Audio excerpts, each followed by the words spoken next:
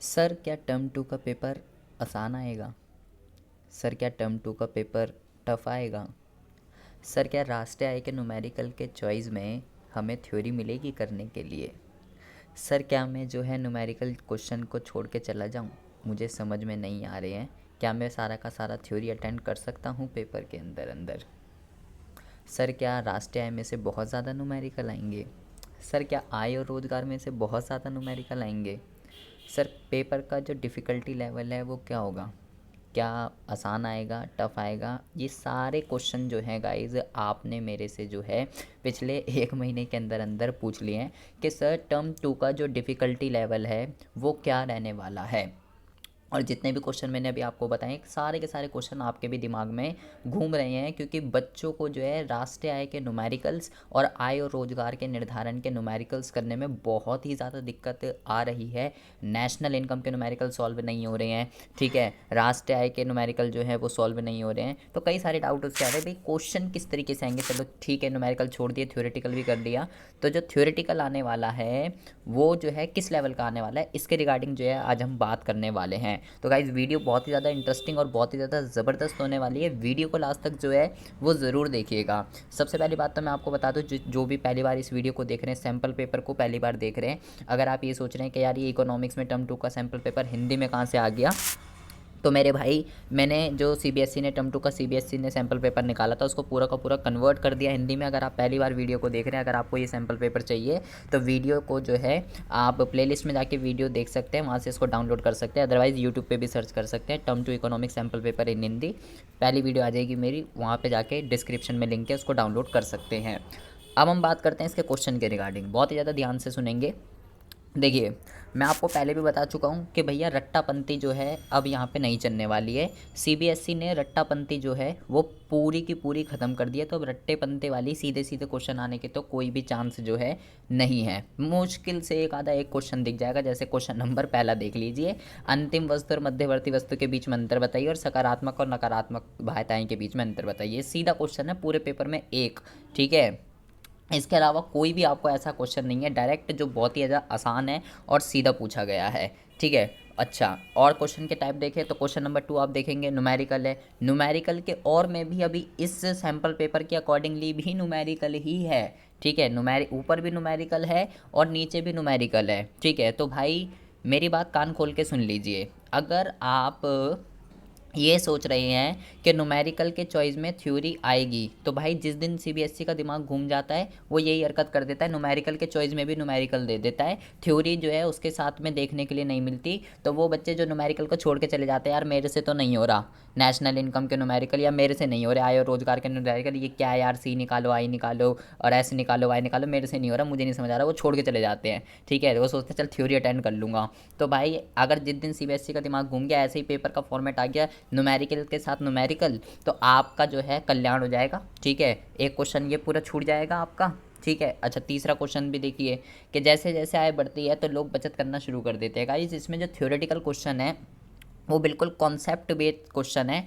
जिस बच्चे ने एक एक चीज़ बहुत ही ज़्यादा ध्यान से अगर पढ़ी है, चाहे वो राष्ट्रीय आय वाला चैप्टर हो, चाहे वो आय और रोजगार का निर्धारण वाला चैप्टर हो, या वो कोई भी हो, कोई सा भी क्वेश्चन ले लीजिए इसके अंदर आप, अगर आपने एक एक चीज़ बिल्कुल बेसिक से बिल्कुल डीप से पढ़ी है तो भाई आप जो है इन क्वेश्चनों को अटेंड कर सकते हो, आपको कोई भी प्रॉब्लम नहीं आने वाली है। अब बच्चे कहते हैं सर आप एक एक घंटे की वीडियो बनाते हो तो हमें जो है उसको देख के तो नींद आती है सर, हमसे नहीं देखी जाती, क्या हम जो है पुरानी वीडियोस को देख सकते हैं?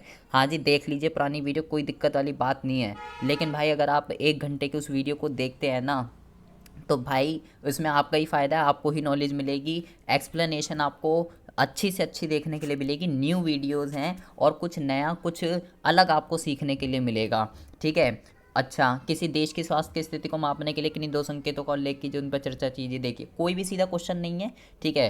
हेल्थ सेक्टर से क्वेश्चन पूछा गया है, आपका जो आधारिक संरचना वाला चैप्टर है, सीधे क्वेश्चन नहीं है। और सबसे इंपॉर्टेंट बात, अब जो क्वेश्चन आपसे पूछे जा रहे हैं, जैसे क्वेश्चन नंबर 4 में देखिए आपको डेटा वाले जो क्वेश्चन है ना, डेटा वाले जो क्वेश्चन हैं वो बहुत ही ज़्यादा पूछे जा रहे हैं। दो दो क्वेश्चन हैं इसके अंदर डेटा वाले, आपको डेटा दे रखा है किसी भी इसका कि भाई अब इसके अंदर जो है इस चीज़ के बारे में बताइए और इसकी जो है विश्लेषण कीजिए। तो ऐसे क्वेश्चन मैं आपको पहले भी बता चुका हूँ किस तरीके से करने होते हैं। इसमें हमें इस डेटा को यूज़ करना होता है, इस डेटा के बारे में इन्फो देनी पड़ती है जो भी वो पूछ रहा है कि जी फीमेल्स इतने काम कर रहे हैं शहरों में, इतने गाँव में इतने, टोटल इतने काम करते हैं, मैन वुमेन, वुमेन का रेशो कम है, मैन का रेशो ज़्यादा है, या गाँव में फीमेल्स ज़्यादा काम कर रही हैं शहरों में कम कर रही हैं।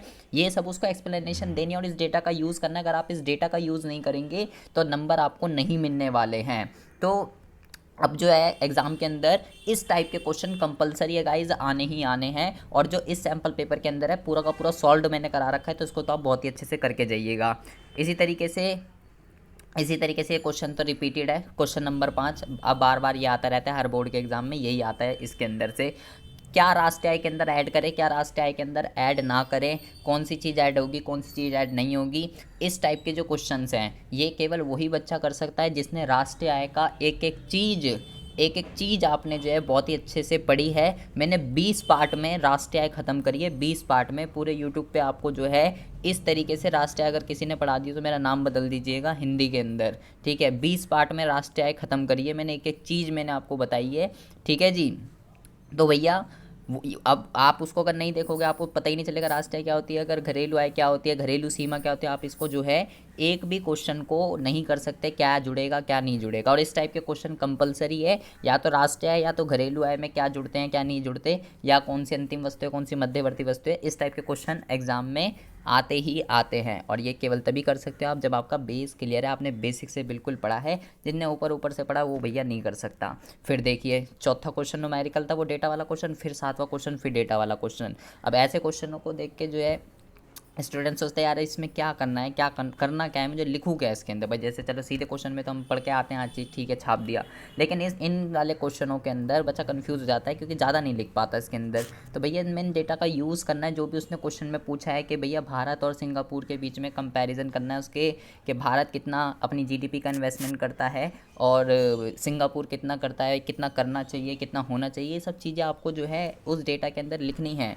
तो रट्टाफिकेशन तो बिल्कुल ही ज़्यादा ख़त्म है, कॉन्सेप्ट बेस्ड जो है क्वेश्चन है, केस स्टडी बेस्ड क्वेश्चन है। ये देखिए क्वेश्चन नंबर 8 और क्वेश्चन नंबर 9, इस टाइप के क्वेश्चन, 3 टाइप के क्वेश्चन मैं आपको बता रहा हूँ। एक तो डेटा के क्वेश्चन, केस स्टडी के क्वेश्चन। अब यहाँ पे देखिए चीन पाकिस्तान का फ्रेंडशिप कॉरिडोर के ऊपर जो है एक ये बहुत लंबा चौड़ा सा पैराग्राफ दे रखा है, ठीक है। और उसके बिहाफ पे हमें जो है 8th और 9th इसके जो है आंसर देने हैं। तो गाइज़ इस टाइप अब जो टर्म 2 का एग्ज़ाम होने वाला है उसमें इस टाइप के क्वेश्चन आने ही आने हैं, क्योंकि इसमें आपका जो है दिमाग लगेगा, ठीक है। अब कोई ये तो हमने कहीं पढ़ा ही नहीं है, चीन पाकिस्तान आर्थिक कॉरिडोर, ठीक है। ना तो आप भारतीय अर्थव्यवस्था के अंदर जब ये पढ़ेंगे भारत पाकिस्तान और चीन का विकास अनुभव, उसमें ये सब चीज़ें नहीं है, ठीक है। ये जैसे लाइक इंग्लिश में आपका पैसेज टाइप क्वेश्चन आते हैं, उसमें आपको पूरा पैसेज पढ़ना पड़ता है। फिर जो क्वेश्चन आपसे पूछे गए हैं वो इसके अंदर जो है आपको लिखने पड़ते हैं खुद पैसेज के अंदर देख के कि हाँ जी ये।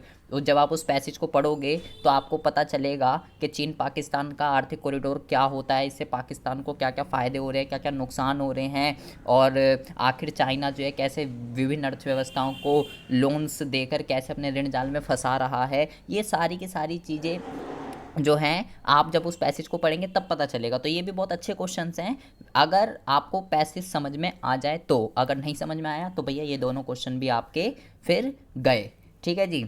उसके बाद जो है अच्छा अब ये देखिए ये जो क्वेश्चन है जीडीपी की लिमिटेशन के ऊपर है, तो बहुत ही इंपॉर्टेंट टॉपिक है, मैं आपको पहले भी बता चुका हूँ। 4 लिमिटेशन होती है, चारों के ऊपर जो है 2 क्वेश्चन तो जीडीपी की लिमिटेशन से पूछ लिए गए हैं, ठीक है। उसके बाद जो क्वेश्चन नंबर 11 है, कंपलसरी है भाई, कंपलसरी है, आएगा ही आएगा एग्ज़ाम के अंदर। कंपलसरी क्वेश्चन है जो हम ना न्यून मांग और अधिमांग की जो समस्या है, न्यून मांग और अधिमांग की जो समस्या है, ठीक है, उसके ऊपर जो है क्वेश्चन कंपलसरी एग्जाम में आएगा ही आएगा कि उनको ठीक करने के उपाय बताइए। तो यहाँ पे मौद्रिक उपाय पूछे गए हैं, कुछ भी लिख सकते हो। अब देखिए बेटा बहुत ज़्यादा ध्यान से सुनेंगे।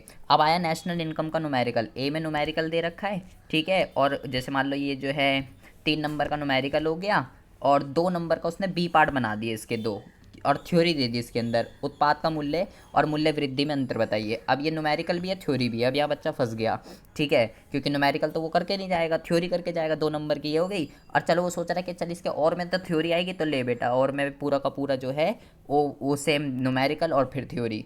तो भाई इस सैम्पल पेपर के फॉर्मेट के अकॉर्डिंगली अगर आप देखो तो भाई न्यूमेरिकल के चॉइस में न्यूमेरिकल ही है, ठीक है, थ्योरी नहीं है। और थ्योरी है भी तो ए और बी ऐसे बना हुआ, न्यूमेरिकल अगर आप छोड़ के चले जाओगे पूरा का पूरा छूट जाएगा, ठीक है। 2 क्वेश्चन तो ऐसे ही छूट गए आपके, 2 न्यूमेरिकल आए हुए हैं और 2 आपके डेटाबेस क्वेश्चन आए हुए हैं और 2 आपके जो हैं 2 डेटाबेस क्वेश्चन आए हुए, केस स्टडी का क्वेश्चन आया हुआ, 5 क्वेश्चन तो आपके ऐसे ही छूट जाएंगे। और आए हुए क्वेश्चन कितने हैं, 13 क्वेश्चन आए हुए, 13 में से तो 5 ऐसे ही छूट गए। और 13 भी क्वेश्चन पूरा देख लीजिए, पूरा का पूरा जो है केस स्टडी बेस्ड क्वेश्चन है, कोई सीधा क्वेश्चन तो कुछ पूछा ही नहीं गया है। अगर आपने पर्यावरण वाला चैप्टर बहुत ही अच्छे से पढ़ा है, ठीक है, और आधारित संरचना वगैरह वाला चैप्टर और बेरोजगारी और रोजगार वाली चैप्टर बहुत ही अच्छे से पढ़े तो ही आप इस 13वें क्वेश्चन को अटेंड कर सकते हो, अदरवाइज नहीं कर सकते हो। आपको जब पता ही नहीं होगा कि कार्यबल क्या होता है, कार्यबल का नियमितीकरण, अनौपचारिकताकरण, ये सब क्या होता है, जब तक कोविड-19 के ऊपर पूछा गया है, देख लीजिए करंट अफेयर के ऊपर क्वेश्चन पूछे गए हैं, ठीक है। तो भाई अभी जो करंट में चल रहा है, हो सकता है जैसे कल बजट आया, ठीक है, उसके ऊपर कुछ भी क्वेश्चन पूछ लिया आपसे, ठीक है भाई। बजट के अंदर अगर आप अपडेटेड रहते हैं तो बजट के अंदर आप देखोगे सरकार ने हेल्थ स्ट्रक्चर के अंदर इम्प्रूवमेंट करी है, ठीक है। कल जो है बजट का भी क्वेश्चन आ सकता है, कुछ भी आ सकता है भाई, पेपरलेस पहली बार बजट जो है पेश किया गया है, तो किसी भी चैप्टर का किसी से भी लिंक्ड करके क्वेश्चन पूछा जा सकता है। तो प्राइमरी सेक्टर, सेकेंडरी सेक्टर और सर्विस सेक्टर, तीनों सेक्टर्स के अंदर क्या क्या चेंजेस किए गए हैं बजट के अंदर, ये सब चीज़ें आपको पता होनी चाहिए, आप इकोनॉमिक्स के स्टूडेंट्स हैं, ठीक है। कोविड-19, लॉकडाउन, ये तो बेसिक चीज़ें हैं। देखो अब जैसे बेरोजगारी और रोजगार वाला चैप्टर है, तो भाई कोविड-19 का सीधा सीधा इफेक्ट बेरोजगारी के ऊपर तो बनता ही बनता है कि भैया इसका क्या इफेक्ट पड़ रहा है, लॉकडाउन का क्या इफेक्ट पड़ रहा है, ठीक है। औपचारिक क्षेत्र, अनौपचारिक क्षेत्र पे क्या इफेक्ट पड़ रहा है, अगर आपको पता हो, अगर आपने पढ़ लिया हो ये चैप्टर। तो भाई एक तो करंट अफेयर के क्वेश्चन, केस स्टडी के question, database question, current affair के question, case study question, database question और रट्टाफिकेशन तो बिल्कुल भी नहीं, कॉन्सेप्ट बेस्ड क्वेश्चन जो हैं इस सैम्पल पेपर के अंदर पूछे गए हैं। और न्यूमेरिकल के चॉइस के अंदर न्यूमेरिकल ये थ्योरी नहीं है, ये बात ध्यान रखिएगा। तो कुल मिलाकर तात्पर्य ये निकलता है, कॉन्क्लूज़न, निष्कर्ष ये निकलता है कि टर्म 2 का जो डिफ़िकल्टी लेवल है वो बहुत ही ज़्यादा जो है टफ़ होने वाला है। अगर आप सोच रहे हैं बहुत ही हलवा पेपर आएगा, तो मेरे भाई ऐसा कुछ भी नहीं है, हलवा पेपर जो है बिल्कुल भी नहीं आने वाला है, ठीक है। अपने कॉन्सेप्ट क्लियर कीजिए, केस स्टडी क्वेश्चंस को किस तरीके से सॉल्व करते हैं ये देखिए, डेटा वाले क्वेश्चन को किस तरीके से सॉल्व करते हैं ये देखिए। एक एक चीज़ आपको जो है बहुत ही ज़्यादा डीप से पढ़नी पड़ेगी, तब जाके आप जो है टर्म 2 का पेपर कर पाएंगे और 40 में से 40 मार्क्स ला पाएंगे। और न्यूमेरिकल पे फोकस कीजिए, क्योंकि अगर ऐसा ही हो गया न्यूमेरिकल के चॉइस में न्यूमेरिकल, तो आपका जो है मेरे भाई कल्याण हो जाएगा, ठीक है। तो मिलते हैं आपसे नेक्स्ट वीडियो में ऐसे इंटरेस्टिंग टॉपिक के साथ। आई होप वीडियो आपको जो अच्छी लगी होगी। प्लीज़ इस वीडियो को ज़्यादा से ज़्यादा लाइक और शेयर करके चैनल को सब्सक्राइब ज़रूर कर लीजिएगा। तब तक के लिए have a good day, bye bye, take care.